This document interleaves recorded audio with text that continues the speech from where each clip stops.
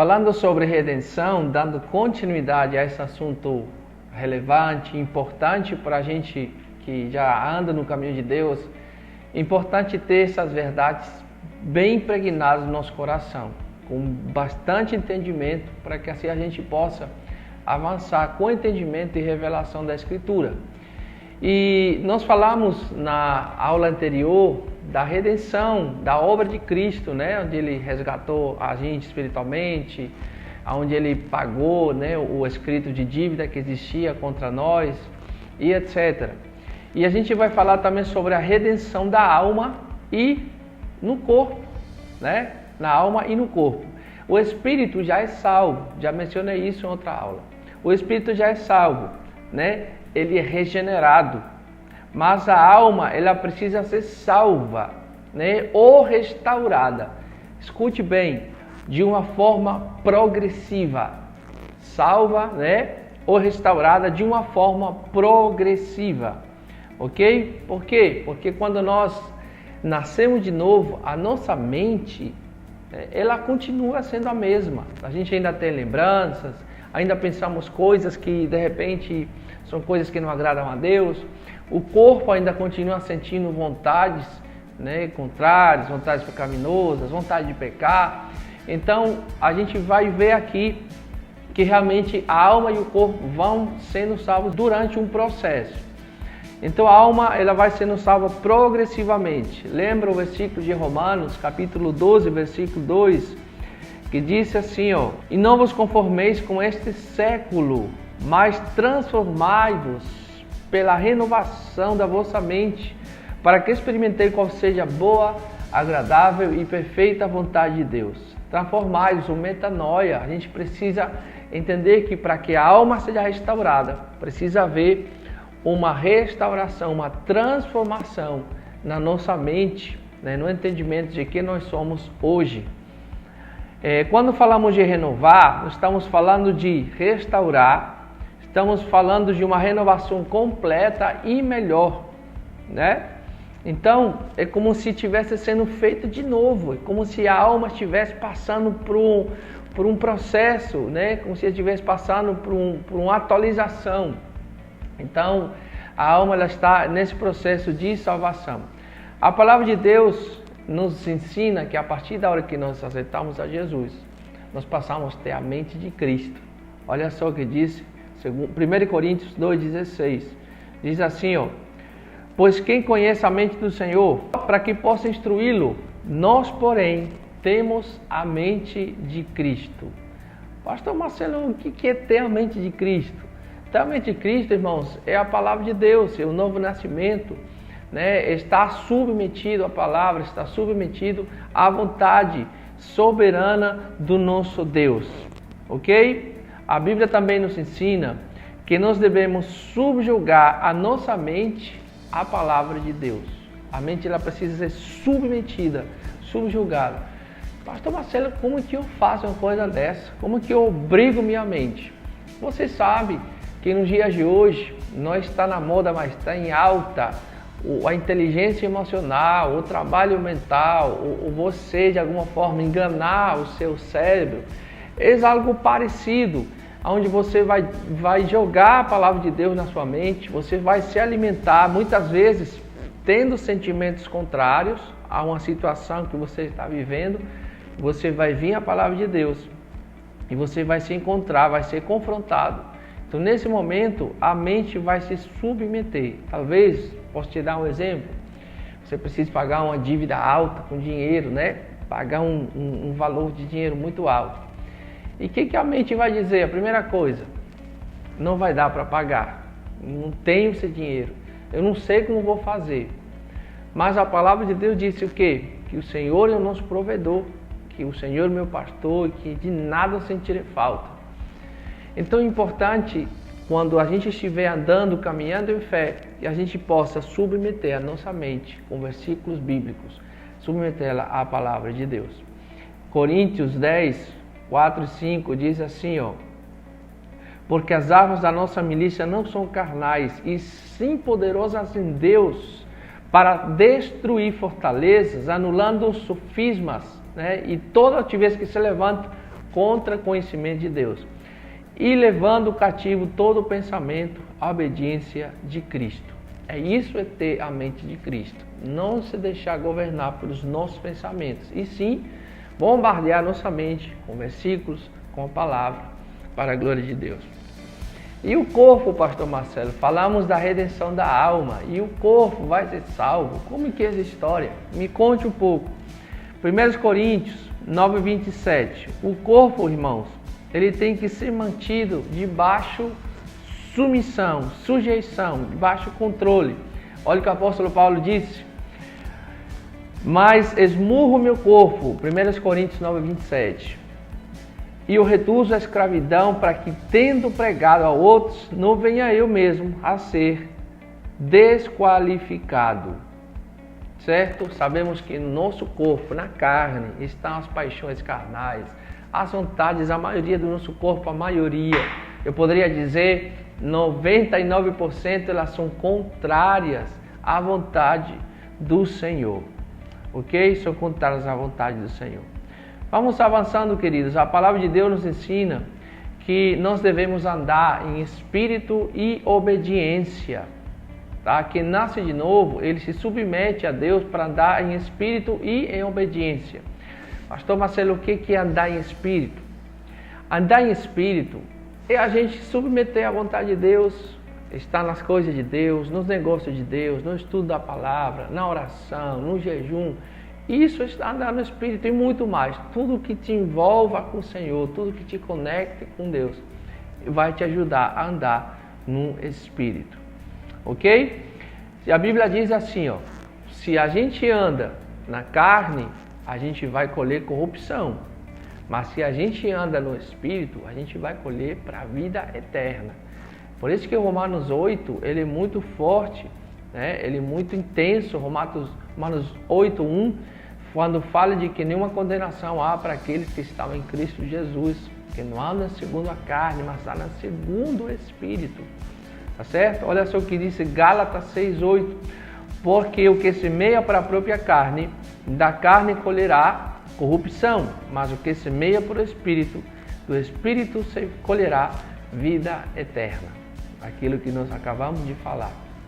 Então, olha só como interessante, olha só na profundidade que nós chegamos, falando de redenção, a redenção através de Cristo Jesus, a redenção do nosso espírito, a redenção do homem, falamos da redenção da alma, falamos da redenção do corpo, que a Bíblia disse que quando Cristo vem arrebatar a sua igreja, o corpo ali vai terminar o processo de salvação, sendo arrebatado, e a Bíblia disse que ele vai ser transformado de um corpo corruptível a um corpo incorruptível para poder estar com o nosso Senhor para sempre na glória.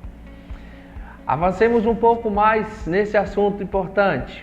O que a gente tem também dentro de ser uma nova criatura, da realidade da nova criação? São duas coisas importantes: substituição e identificação. O que é substituição? O que a Bíblia tem a ver com isso? Olha, substituição, queridos, é tomar o lugar de outro, é agir e tomar o lugar de outro, né? Tomar o lugar de outra pessoa, fazer o que o outro está fazendo, o que o outro precisa fazer, e Cristo tomou o nosso lugar. Recapitulando, fazendo a lembrança do Antigo Testamento, quando os sacerdotes faziam sacrifício, ali a gente tinha um animal, um cordeiro, né, era sacrificado para perdão dos pecados do povo e tudo mais. E a Bíblia diz que Jesus Cristo se ofereceu, você fez sacrifício, você fez oferta, né? Ele mesmo, a oferta que morreu uma vez e por todos nós e pagou os pecados para sempre. Então ele nos substituiu, tomou o nosso lugar. Identificação, tomar o caráter, né? Tornar o caráter de alguém, tratar com igualdade, pensar e agir, sentir como aquele que se identifica. Então, esse aqui, vou passar bem rápido, que de fácil compreensão. Então, nós devemos ter esse entendimento, que existe uma identificação com Cristo. Nós precisamos sentir o que Ele sente. E vice-versa, é uma via de mão dupla. Ele sente o que nós sentimos, Ele Ele também se colocou no nosso lugar, andou em forma de homem aqui na terra.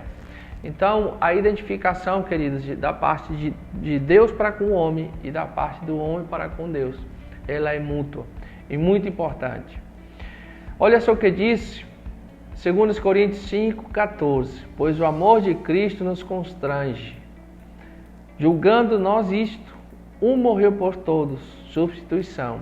Logo todos morreram, identificação. Quer dizer, nos identificamos com Cristo também na vida, na morte e também na ressurreição.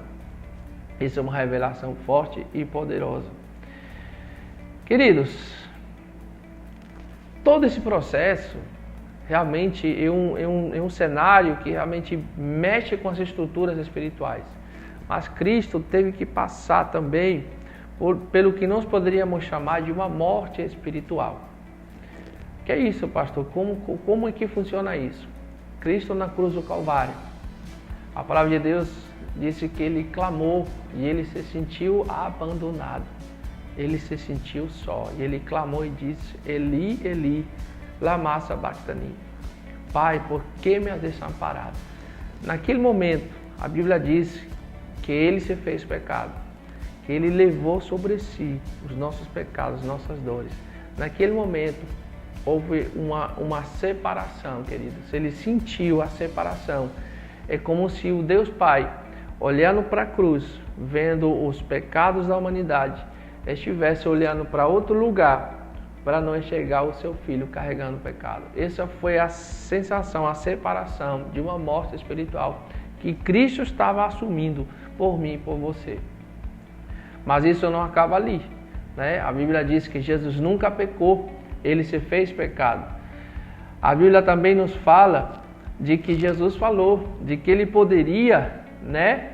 Que ninguém poderia tomar a sua vida, mas que ele mesmo poderia dá-la voluntariamente. Está em João 10, 17, 18. E Jesus entrega a sua vida ao declarar isso na cruz do Calvário. Então ali nós vemos que houve uma morte espiritual, representando a separação de Deus com o homem, né?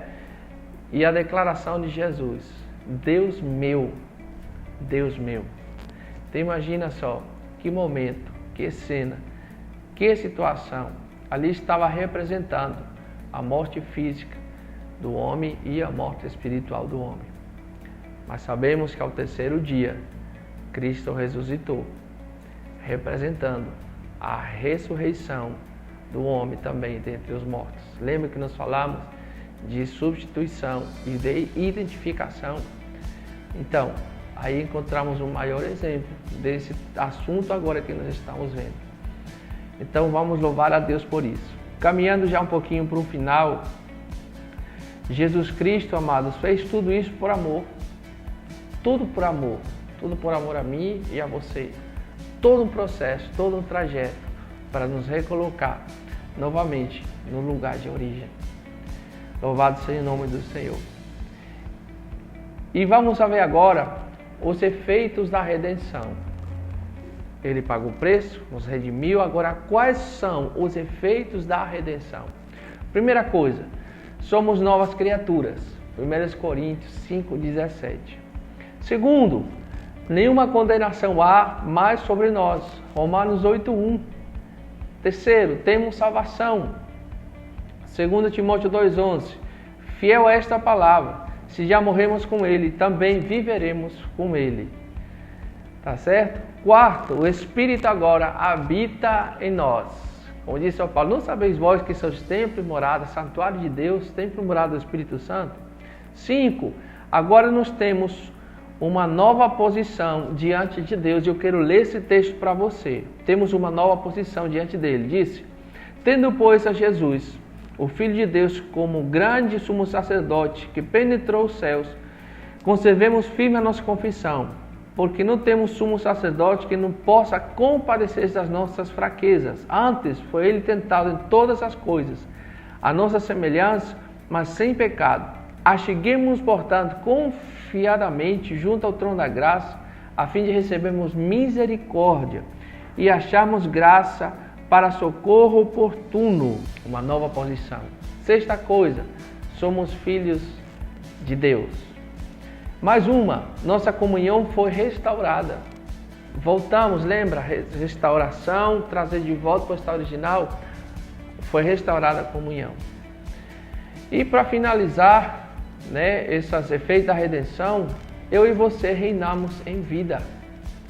Muitas pessoas que dizem, não, a gente vai reinar com Cristo, né, depois na segunda vinda, quando ele vir com a igreja, mas na verdade a Bíblia disse assim em Romanos 5,17, se pela ofensa de um e por meio de um o Senhor reinou a morte, muito mais os que recebem a abundância da graça e o dom da justiça, reinarão em vida, por meio de um só, a saber, Jesus Cristo. Amém? Reinaremos em vida, estamos reinando com Ele. A realidade da nova natureza. Qual é a realidade da nova natureza? Diga-se comigo, o amor, né? O amor. Então, agora nós temos uma nova natureza, que o amor de Deus. A Bíblia diz que o Deus é o amor. Deus é amor, Ele é o próprio amor. Então, os que são nascidos de Deus têm essa natureza. Você não é mais a mesma pessoa de antes. Você tem uma nova natureza. Diz assim, amados, amemos uns aos outros, porque amor procede de Deus. E todo aquele que ama é nascido de Deus e conhece a Deus. A marca de um cristão deve ser o amor. Nós podemos discordar de muitas coisas, podemos discordar de política, podemos discordar de ideologias, podemos discordar de um sinfim de situações, mas isso não pode fazer com que a gente perca o amor de um para com o outro. Não podemos perder o amor. Essa é a marca de um cristão. Então o amor, queridos, é o supremo mandamento. Quando Deus nos fala que nos amemos uns aos outros, Ele não está pedindo, está colocando aquilo ali no imperativo, é uma ordem. A gente precisa se amar. E o amor, querido, ele foi derramado nos nossos corações, segundo disse em Romanos 5,5. E como que eu sei se eu tenho amor? Quem tem amor sempre vai procurar fazer o bem. Quem tem amor no coração e sabe que tem o amor de Deus, ele vai imitar, né, os feitos do Senhor. O amor ele doa, o amor tudo suporta, o amor tudo sofre. Você pode encontrar isso nas epístolas de Coríntios. Então, chegamos ao final de mais uma aula. Espero que você tenha sido edificado. E creio que na próxima aula nós vamos aprender, né, muitos segredos que ainda faltam ser entendidos e revelados. Então se prepare, que eu espero por você na próxima aula e vai ser uma bênção em nome de Jesus. Até a próxima, que o Senhor te abençoe e te guarde.